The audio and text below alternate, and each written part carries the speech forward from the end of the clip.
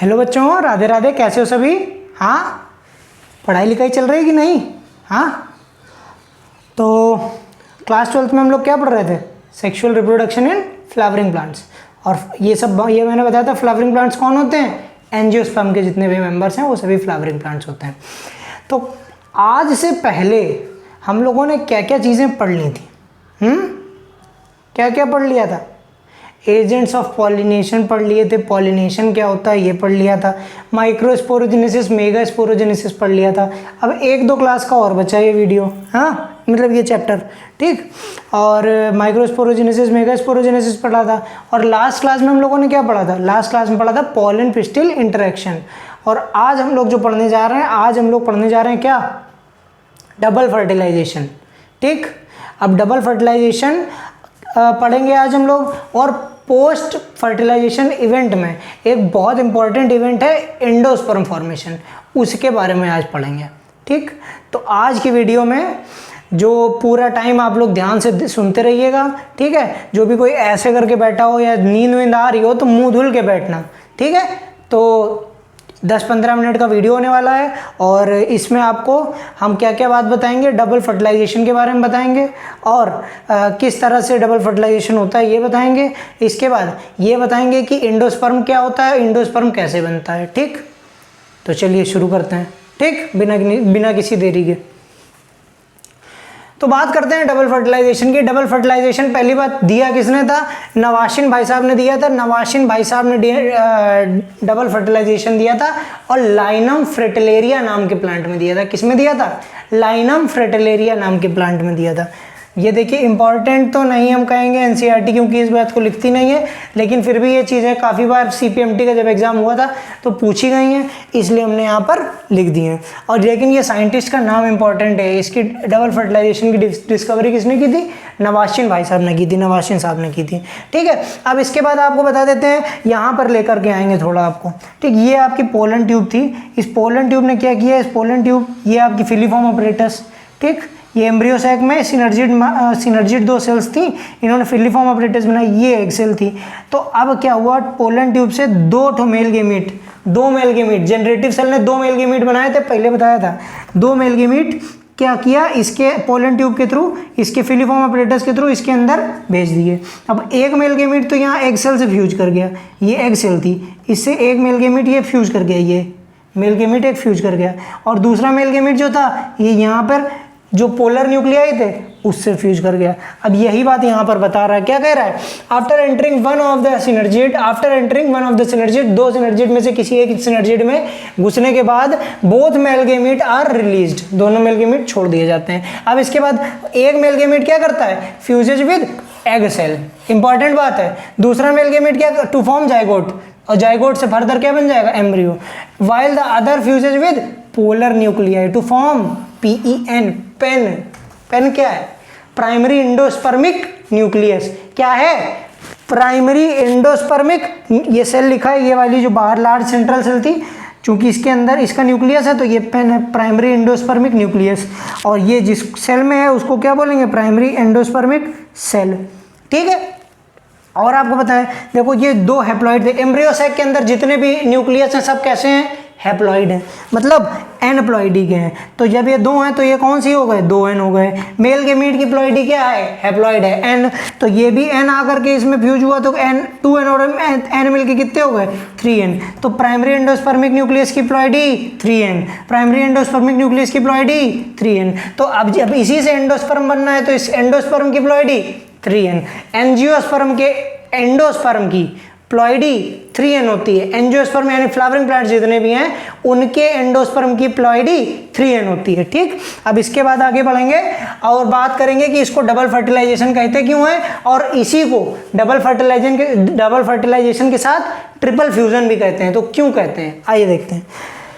देखो फ्यूजन जो है वो देखो 2 बार हो रहा है। कहाँ कहाँ? एक बार एग सेल से एक मेल गेमीट फ्यूज किया और दूसरी बार ये देखो पोलर न्यूक्लियाई से मेल गेमीट फ्यूज किया। तो कितनी बार हो गया? ट्वाइस इट इज, इसलिए इसको क्या कहते हैं? ठीक, चूंकि 2 बार फ्यूजन हो रहा है, इस 2 बार फर्टिलाइजेशन हो रहा है। एक बार देखो मेल गेमीट किससे फ्यूज कर रहा है? पोलर न्यूक्लियस है, एक बार किससे फ्यूज कर रहा है, एग सेल से, तो इसलिए इसको क्या कहते हैं, डबल फर्टिलाइजेशन कहते हैं। और इस इवेंट के कारण इसको ट्रिपल फ्यूजन कहते हैं, क्योंकि पीईएन फॉर्मेशन यानी प्राइमरी एंडोस्पर्मिक न्यूक्लियस के फॉर्मेशन में fusion of 3 haploid nucleus involve होता है। 3 हैप्लॉइड न्यूक्लियस, एनप्लॉइडी के 3 न्यूक्लियस यहाँ पर फ्यूज करते हैं, इसलिए इसको हम क्या कहते हैं, ट्रिपल फ्यूजन कहते हैं। क्या कहते हैं, ट्रिपल फ्यूजन कहते हैं। बहुत बड़ी बात है, बहुत इंपॉर्टेंट बात है, कई एग्जाम में पूछी गई, इसको ट्रिपल फ्यूजन क्यों कहते हैं, इसको डबल फर्टिलाइजेशन क्यों कहते हैं। ठीक, अब इसके बाद ये तो बता ही दिया, ये एंटीपोडल सेल्स थी आपकी, ये सिनर्जिड थी, कैसे क्या हुआ ये बात हमने आपको बता दी। ठीक, प्राइमरी एंडोस्पर्मिक न्यूक्लियस और प्राइमरी एंडोस्पर्मिक सेल, इन्हीं का आगे हम आपको बताएंगे यहाँ पर जब एंडोस्पर्म पढ़ाएंगे कि क्या कैसे यूज हुआ। ठीक, अब आगे एक और बात कर लेते हैं पोस्ट फर्टिलाइजेशन इवेंट की। पोस्ट फर्टिलाइजेशन इवेंट का मतलब क्या है, फर्टिलाइजेशन के बाद होने वाली सारी इवेंट्स को पोस्ट फर्टिलाइजेशन इवेंट्स कहते हैं। ठीक भाई जी, क्या कहते हैं, पोस्ट फर्टिलाइजेशन इवेंट कहते हैं। अब चलो, पोस्ट फर्टिलाइजेशन, जब फर्टिलाइजेशन हो जाता है और डेवलपमेंट हो जाता है तो ओवरी किस में कन्वर्ट हो जाती है, फ्रूट में। ठीक भाई जी, ओवरी किस में कन्वर्ट हो जाती है, फ्रूट में। ठीक, ओव्यूल किस में कन्वर्ट हो जाता है, सीड में। जब फर्टिलाइजेशन हो जाएगा, आपका फ्रूट बन जाएगा, जाइगोट से एम्ब्रियो बन जाएगा, तब भाई जी ओवरी फ्रूट में कन्वर्ट हो जाएगी, ओव्यूल सीड में कन्वर्ट हो जाएगा।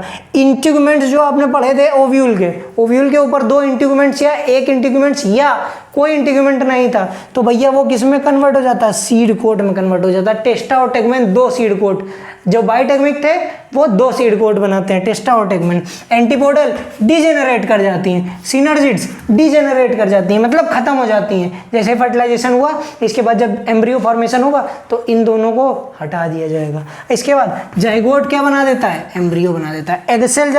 एगसेल से जब एक मेल गैमीट फ्यूज करता है तब जाइगोट बनता है, और जाइगोट फर्दर डिवीजन करके एम्ब्रियो बना देता है।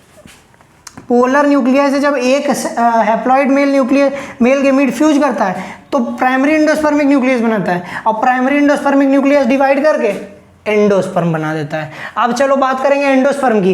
इससे पहले हम लोगों ने एक बात पढ़ी थी, एम्ब्रियो सैक को हिंदी में क्या कहते हैं, भ्रूण कोश। एम्ब्रियो का मतलब भ्रूण, सैक का मतलब कोश। और देखो एंडोस्पर्म को क्या कहते हैं, भ्रूण पोष कहते हैं, हिंदी में क्या कहते हैं, भ्रूण पोष। भ्रूण का मतलब भ्रूण और पोष का मतलब पोषण देने वाला, भ्रूण को पोषण देने वाला, एम्ब्रियो को पोषित करने वाला, वो है एंडोस्पर्म। ठीक, प्राइमरी एंडोस्पर्मिक सेल जो है, यानी कि ये जो प्राइमरी एंडोस्पर्मिक सेल ये वाली है, ये प्राइमरी एंडोस्पर्मिक सेल जो है ये क्या करती है, कई बार डिवाइड करती है। कैसे डिवाइड करती है, माइटोसिस से डिवाइड करती है। प्राइमरी एंडोस्पर्मिक सेल की प्लॉइडी क्या है, 3n है। प्राइमरी एंडोस्पर्मिक सेल की भी प्लॉइडी वही होगी जो इसके न्यूक्लियस की होगी, तो प्राइमरी एंडोस्पर्मिक सेल की प्लॉइडी क्या है, 3n है। 3n से माइटोसिस करके, चूंकि माइटोसिस इक्वेशनल डिवीजन है, क्रोमोसोम के नंबर बराबर रहते हैं, तो डिवाइड करेंगे तो भैया क्या बनाएंगे, एंडोस्पर्म बनाएंगे। एंडोस्पर्म की प्लॉइडी क्या होगी, 3n होगी।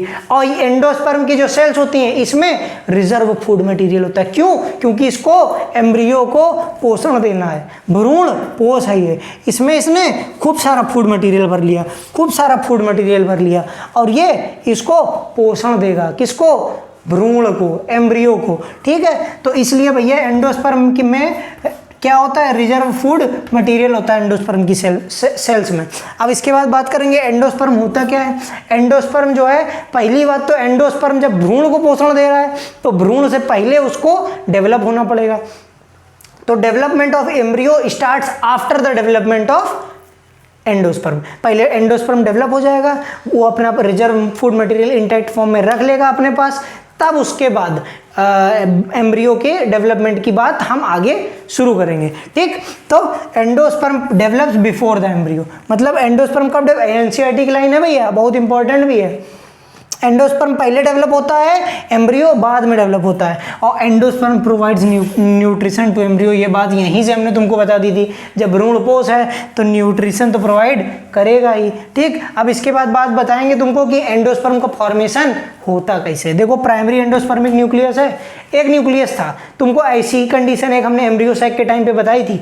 तो प्राइमरी एंडोस्पर्मिक न्यूक्लियस है, अब primary endospermic nucleus nuclear division खुद को डबल करता है, माइटोसिस से डबल करता है, केवल न्यूक्लियर ही न्यूक्लियर डिवीजन हो रहा है, अभी सेल वॉल ऊपर नहीं बन रही, ठीक। तो भाई जी न्यूक्लियस कई सारे डिवाइड कर करके क्या हुआ, कई सारे न्यूक्लियस बन गए। अब जो कई सारे न्यूक्लियस बन गए उनको हम क्या कहते हैं, न्यूक्लियर एंडोस्पर्म कहते हैं, ठीक। कोकोनट का पानी जो हम लोग पीते हैं, नारियल पानी, कोकोनट वाटर, हाँ, कोकोनट में लस्सी मिला के, हाँ वही वाला भैया, कोकोनट वाटर जो है वो क्या है, फ्री न्यूक्लियर एंडोस्पर्म है। क्या है, फ्री न्यूक्लियर एंडोस्पर्म है। और वहीं पे सेल वॉल फॉर्मेशन उसके बाद हो गया।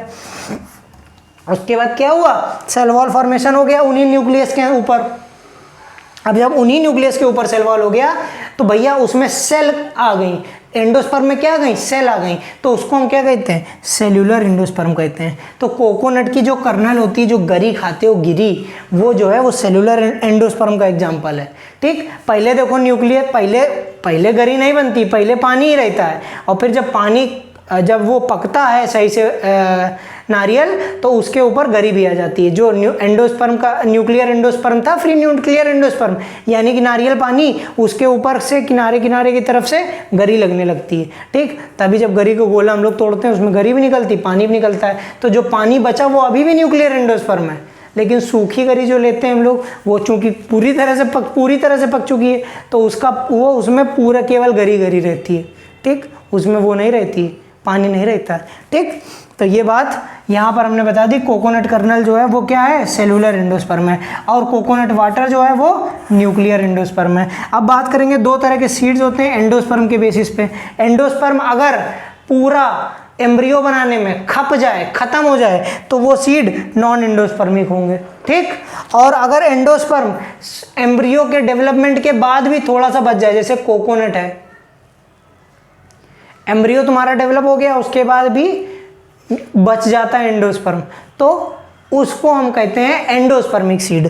अब बात करेंगे एंडोस्पर्मिक सीड्स के एग्जाम्पल क्या है, हमारे साथ बोलना, वीट, मेज, राइस, कैस्टर, कोकोनट। कौन कौन, वीट, मेज, राइस, कैस्टर, कोकोनट। वीट का मतलब गेहूं, मेज का मतलब मक्का, राइस का मतलब चावल, कैस्टर अरंड देखा होगा, ऐसे चौकोर मतलब चौकोर नहीं, निकली सी पत्तियां होती हैं ऐसे करके, ठीक। कैस्टर, कोकोनट मतलब क्या होता है, हाँ नारियल, ठीक। नॉन एंडोस्पर्मिक सीड के एग्जांपल क्या हैं, pea, bean, gram, groundnut, orchid. कौन कौन, pea, bean, gram, groundnut, orchid. साथ में याद करते चलना भैया, एंडोस्पर्मिक सीड के एग्जांपल क्या बताए, वीट, मेज, राइस, कैस्टर, कोकोनट। क्या क्या बताया भैया, वीट, मेज, राइस, कैस्टर, कोकोनट। हमारे मास्टर साहब ने जो बताया हम वही आपको डिलीवर कर रहे हैं, ठीक, एज इट इज डिलीवर कर रहे हैं। और एनसीईआरटी जो लिख रही है वही हम आपको डिलीवर कर रहे हैं। और नॉन एंडोस्पर्मिक सीड के एग्जांपल क्या है, pea, bean, gram, groundnut, orchid. क्या है, pea, bean, gram, groundnut, orchid. Pea का मतलब मटर, बीन का मतलब सेम, ग्राम का मतलब चना, ग्राउंडनट मतलब मूंगफली, ऑर्किड भैया सजावटी पौधा होता है, ठीक। तो आज की वीडियो में भैया हम इतना ही रखते हैं। आज की वीडियो जो थी ये किस बारे में थी, एंडोस्पर्म के बारे में और डबल फर्टिलाइजेशन के बारे में। तो ये जो डबल फर्टिलाइजेशन और एंडोस्पर्म की बात हमने की है, ये बहुत इंपॉर्टेंट बात थी। यहाँ से कुछ लाइनें ऐसी हैं जो नीट में एनसीईआरटी की ऐसी लाइनें हैं जो उठ के 100% आती हैं। तो भैया इस वीडियो से अगर आपको कोई भी वैल्यू मिली हो, कोई भी सीख मिली हो, तो इस चैनल को आप सब्सक्राइब करें और ज़्यादा से ज़्यादा हो सके तो बच्चों के साथ शेयर करें और इस चैनल को थोड़ा प्रमोट करें, हैं। और आपसे पहले भी मैंने वादा किया है और आज भी करूँगा कि भैया 100 से 150 वीडियो में हम आपकी पूरी 12th और 100 से 150 वीडियो में पूरी 11th आपको दोनों एनसीईआरटी इसी चैनल पे, इसी पूरा कोर्स में इसी चैनल पे प्लेलिस्ट के माध्यम से ख़त्म करके दूंगा। इस चैप्टर में अब 1 या 2 मोर और लेक्चर बचे हैं और देखते रहिए, 1-2 क्लास में इसको भी ख़त्म कर देंगे। तो भैया यही कहेंगे, इस चैनल को थोड़ा सपोर्ट दिखाइए, ठीक है भैया। राम राम, जय श्री राधे।